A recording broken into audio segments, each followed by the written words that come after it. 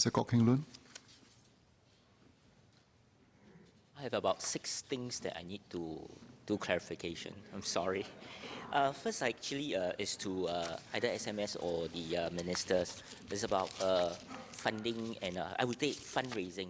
I was just wondering whether SMS or the minister would consider approaching the president to actually support the arts through what they have in the presidential charity, whereby create a kind of platform whereby the president could really be the person to champion the arts and actually get the private as well as corporate donors to come in and the people to support arts through donations. So that's one.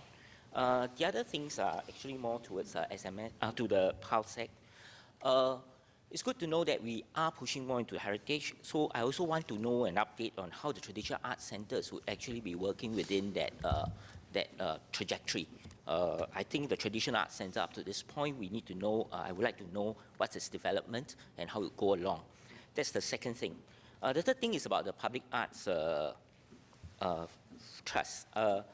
It's good that we are actually designating more place so that we can do the public arts. I think there's also an issue of the maintenance of the public arts, whereby it needs the right people to be there to maintain.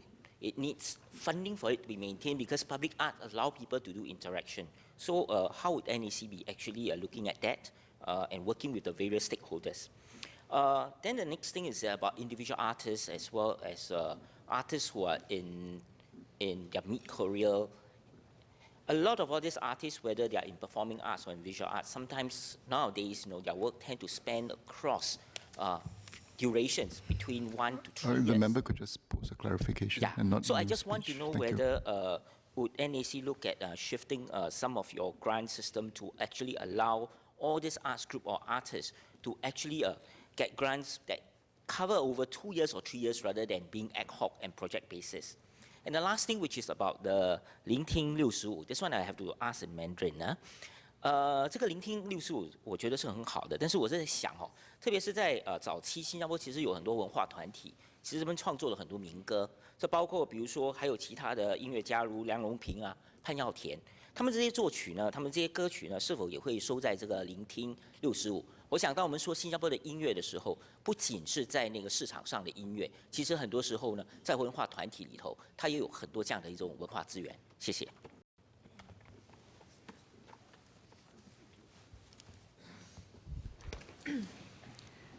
Mr. Chair, I'll respond to Mr. Kok's suggestion about appealing to the President to elevate the prominence of arts in charity efforts. I think this is an excellent suggestion, and we'll be very happy to work with the arts community to put forth a proposal for the President's office consideration.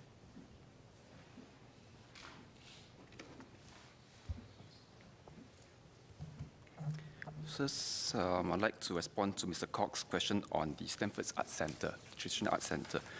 This is center is on schedule. It's scheduled to open this year, and we look forward to it bringing rich performing traditions closer to the community, and we look forward also to the arts groups based there to be better connected and engaged with the local community and larger community as it promotes greater appreciation of traditional arts. On the question on the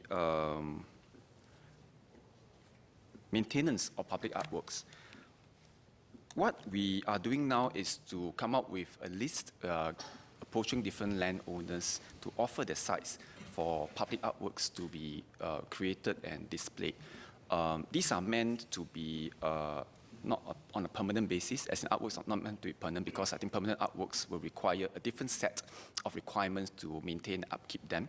And even though on a temporary basis, we also expect that artworks should be kept in good condition during duration so that public can enjoy them, can appreciate the talent of our local artists. So this would be a process that we look forward to work together with the artists as well as the venue owners so that we can all learn the process of creating exciting artworks that would excite local audiences.